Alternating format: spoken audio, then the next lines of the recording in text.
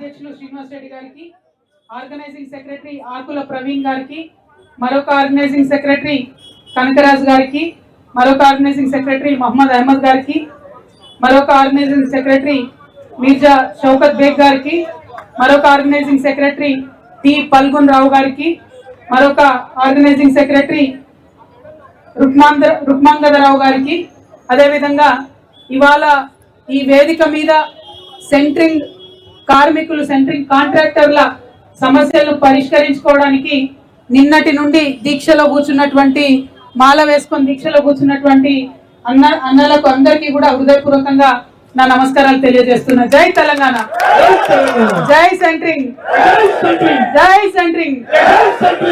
ఇగో నేను మనిషిదాన్ని కాదు, జై సెంట్రింగ్ అన్నప్పుడు చేయి గట్టిగా తలన్నారు. జై సెంట్రింగ్, జై సెంట్రింగ్. అందరికీ నమస్కారాలు.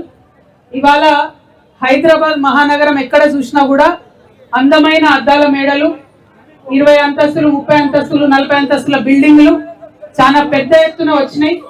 మరి ఆ బిల్డింగ్ ఏది కావాలన్నా, ఆ బిల్డింగ్ నిలబడాలన్నా, ఆ బిల్డింగ్ లో చిన్న పని జరగాలన్నా కూడా మరి కంప్లీట్ గా 3, 4, 5 అంతస్తుల వరకు కూడా తాళ్ళు కట్టుకొని గాల్లో వేలాడుతూ సెంట్రింగ్ పనులు చేస్తున్నటువంటి మీ అందరికీ కూడా హృదయపూర్వకంగా పేరు పేరున నమస్కారాలు తెలియజేస్తా ఉన్నా.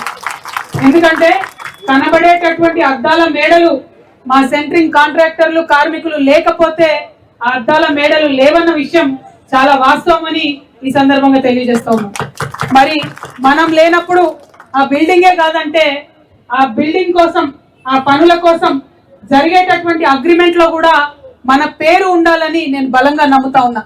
మేస్త్రితో ఏదైతే అగ్రిమెంట్ చేసుకున్నప్పుడు ఒక ప్లంబర్ కావచ్చు, ఒక ఎలక్ట్రీషియన్ కావచ్చు, ఒక ఫ్లోర్ ఎస్టోల్ కావచ్చు, ఒక పిఓపి ఎస్టోల్ కావచ్చు, మరి వాళ్ళందరి పేర్లు పెట్టుకొని అగ్రిమెంట్ చేస్తున్నారు. కానీ మన సెంట్రింగ్ వాళ్ళ పేరు పెట్టి మాత్రం అగ్రిమెంట్ చేస్తలేదు.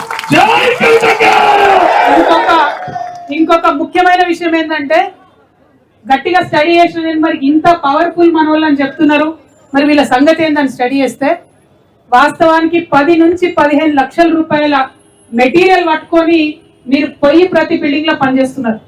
మామూలుగా 2 లక్షల రూపాయల వర్క్ ఉన్నా కానీ 6 నుంచి 7 లక్షల రూపాయల మెటీరియల్ మీరు అక్కడ డంప్ చేస్తేనే మీరు ఆ 2 లక్షల రూపాయల వర్క్ చేసే పరిస్థితి ఉన్నది. కానీ వాళ్ళకి జరుగుతున్నది ఏంటి, ఆ 2 లక్షల రూపాయల వర్క్ కోసం మీరు ఆడికి పోతే కనీసం మీ మెటీరియల్కి ఎక్కడ కూడా సెక్యూరిటీ లేనటువంటి పరిస్థితి ఉన్నది. దాచిపెట్టుకోవడానికి కనీసం ఒక రూమ్, ఒక లాకర్ ఇచ్చేటటువంటి పరిస్థితి లేదు. అన్నిటికన్నా దారుణం ఇక ఈ గుంపు మేస్త్రి వచ్చినప్పటి నుంచి మొత్తం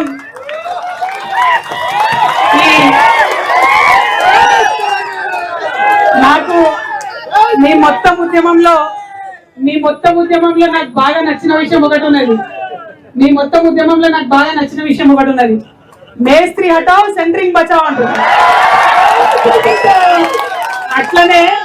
అట్లనే నేనేమంటా అంటే గుంపు మేస్త్రి హటావ్, తెలంగాణ బచావ్ అంటుంది. ఎందుకంటే ఈ గుంపు మేస్త్రి గారు వచ్చిన దగ్గర నుంచి హైడ్రా వాళ్ళు, మున్సిపల్ వాళ్ళు కనీసం నోటీస్ ఇవ్వకుండా వచ్చి ఇల్లు కూలగొడుతున్న పరిస్థితి ఉంది. మరి ఇల్లు కూలగొడితే ఇల్లు గలైనకు ప్రాబ్లమే, కానీ ఆవులు కొట్లాడుకుంటే కొల్లేగలు ఇబ్బంది పడ్డట్టు ఇల్లు వచ్చి గవర్నమెంట్ వాళ్ళు కూలగొడితే సెంట్రింగ్ వాళ్ళు మధ్యలాగమయ్యే పరిస్థితి ఉన్నది. మొత్తం మీ సామాన్తో సహా అందులో కంప్లీట్ గా పోతే కూడా కనీసం ఇల్లు గలైన ఇచ్చుడు కానీ, బిల్డర్ ఇచ్చుడు కానీ, ప్రభుత్వం మరి ఒక మాట ముందు సెంట్రింగ్ వాళ్ళకు మీ సామాన్ జర పక్కకు పెట్టుకుంటే మేము ఇల్లు కూలగొట్టే దాని పరిస్థితి కూడా లేదు. మరి పోయినటువంటి ఆ సామాన్కి నష్టపరిహారం ఇచ్చే ఆలోచన కూడా చేస్తలేరు.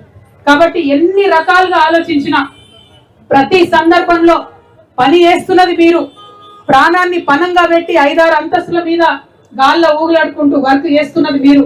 కానీ ఇంతవరకు ప్రభుత్వం నుంచి 1 రూపాయి సాయం కూడా అందుతలేదు.